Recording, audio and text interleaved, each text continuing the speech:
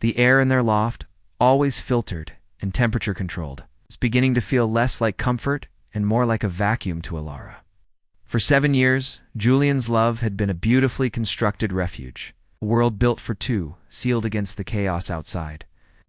She remembered the early days when the solitude felt romantic just them, against the noisy, demanding world. Now the silence felt heavy, a deliberate barrier Julian maintained with obsessive devotion. The rules of their relationship were subtle, the most defining being the rule of 3. Julian allowed Alara 3 personal, probing questions per month. She called the inquiry allowance. It was framed as an exercise in trust, a way to ensure they kept no secrets, yet it was the most controlling element of their life. Alara had already used 2 questions, one about a forgotten anniversary and another about why he never opened the blinds. She was left with one final question, a single bullet she had to aim perfectly, because asking too much invited Julian's quiet, crushing disapproval.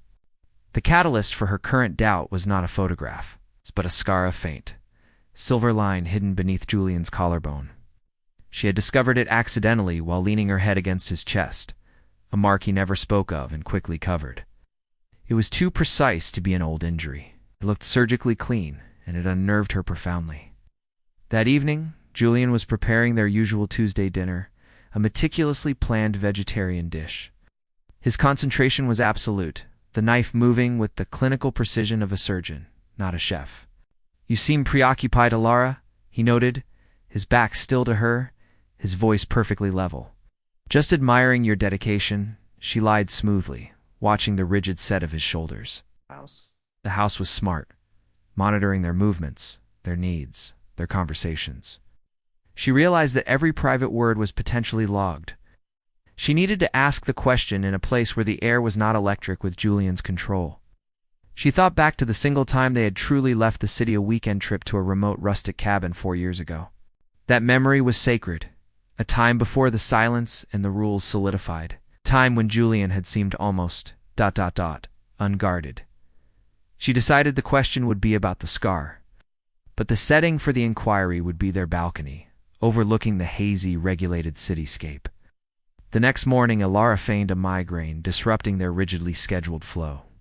Julian immediately shifted into caregiver mode, his concern genuine yet also mechanical, as if following a protocol. He dimmed the lights, brought tea, and insisted she remain in bed, isolated from the sun he so carefully avoided. "The world is too abrasive, my love. Let me manage the abrasions," he had told her once. Now, she recognized the truth. He wasn't protecting her from the world. He was protecting himself from her connection to it. While he was downstairs arranging a delivery of specialized migraine medication, she made her move. She found the key to his private office, hidden not in a lockbox, but embedded inside the base of a sculpture he frequently adjusted. The office itself was pristine, dominated by a large server rack humming quietly behind frosted glass. On his main monitor, a stream of data flowed: external news feeds, market trends, and a single recurring name, Sector 4 Delta. The name meant nothing. Yet the constant monitoring suggested immediate hidden importance. More critically, she found a printout of an old, heavily redacted medical record bearing the seal of a defunct genetics lab. The patient name was redacted, but the birth date, Julian's birth date, was visible. Beneath it, a line of code: Subject C7, cognitive stability at 89%. The betrayal shifted from relationship control to a fundamental lie about his very identity. She quickly snapped photos of the documents with her private burner phone, a relic Julian didn't know existed. She needed to know what Subject C7 meant and why his cognitive stability was a percentage. When Julian returned, he seemed to know she had been in his space, or perhaps he was simply monitoring the doors. His eyes were colder, his smile less defined. "Did you find what you needed, Alara?" "Yes," she whispered, meeting his gaze. "The tea helped." "Thank you, Julian." He let the moment pass, his control absolute, but the silence now felt less intimate and more like a contained explosion. The evening arrived, cool and still. They stepped onto the enclosed balcony. The city lights blurred beneath the smog filter. "You have your final question?" Julian stated, his face turned toward the sky. "Use it wisely." Alara took a steadying breath, the photograph of the redacted record burning in her mind. "Why?" She abandoned her original plan to ask about the scar. That was a symptom, not the core disease. Julian, she began, her voice trembling slightly. It's about the first year we lived here before the silence. He nodded, encouraging her to proceed with the narrative of their cherished past. You had a habit of leaving the apartment for exactly 10 minutes every Tuesday at 4 p.m., saying you were checking the mail, I remember. Routine is important, Alara, but the mail delivery is at noon, she countered gently. And the front desk holds all parcels. Where were you truly going? Julian turned fully, the gentle, practiced mask finally falling away. His face was a landscape of stark, naked fear, the look of a man whose careful scaffolding had just been kicked out from under him. Used a question on that? He asked, the disappointment in his voice, more lacerating than anger. That 10 minutes was crucial, Alara. It was necessary maintenance, he admitted, his eyes darting to the server rack window. Maintenance of what? Julian hesitated, calculating, then spoke in a low, rushed tone. It was for me. Necessary self-calibration procedure, required weekly. Keeps me ... stable. He confessed that his past wasn't ordinary. He wasn't ordinary. He was part of an abandoned medical experiment on cognitive longevity.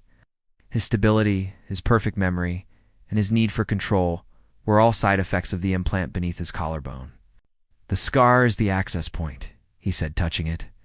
The questions, the isolation, it wasn't just to control you, it was to protect my stability, which in turn protected our life.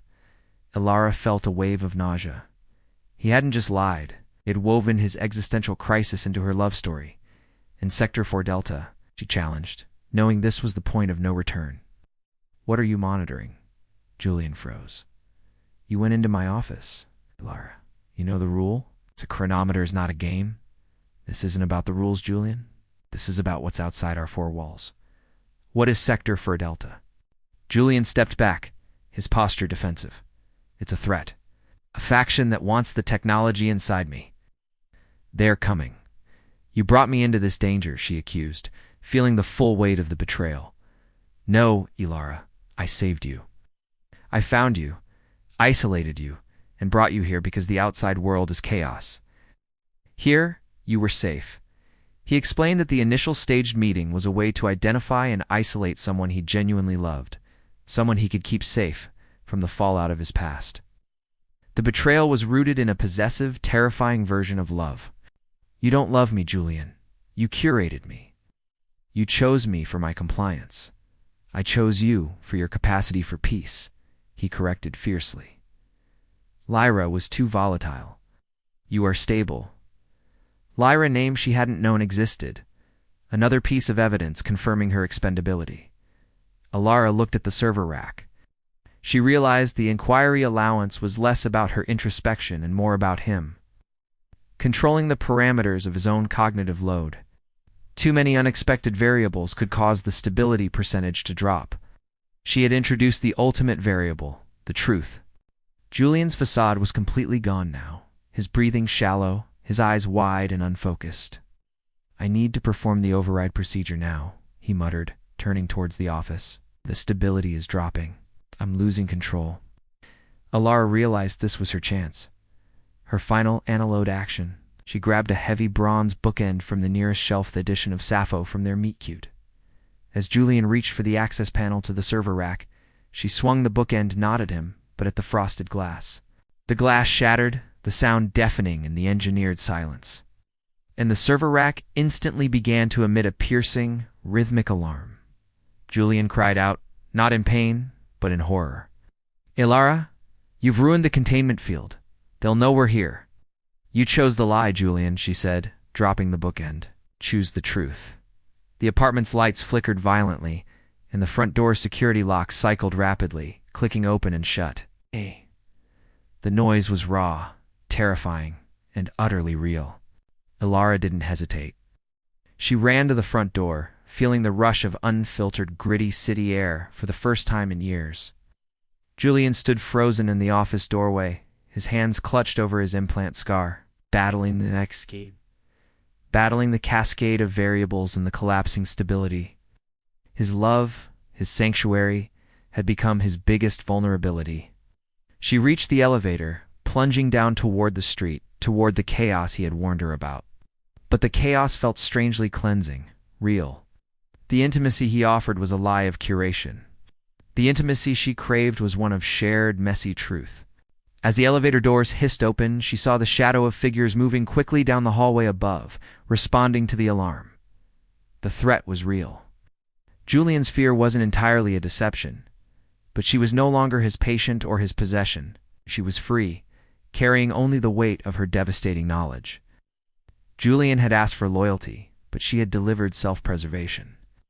She burst out onto the chaotic street, blending into the crowd, knowing she was now hunted but alive. The short war against Julian was over. The long war for her identity had just begun. Her last aloud question had bought her freedom. The final, unasked question remained. Could she ever trust true intimacy again? Don't let your story be written by someone else. Like, share, and subscribe to Storycraft Studio for more captivating stories.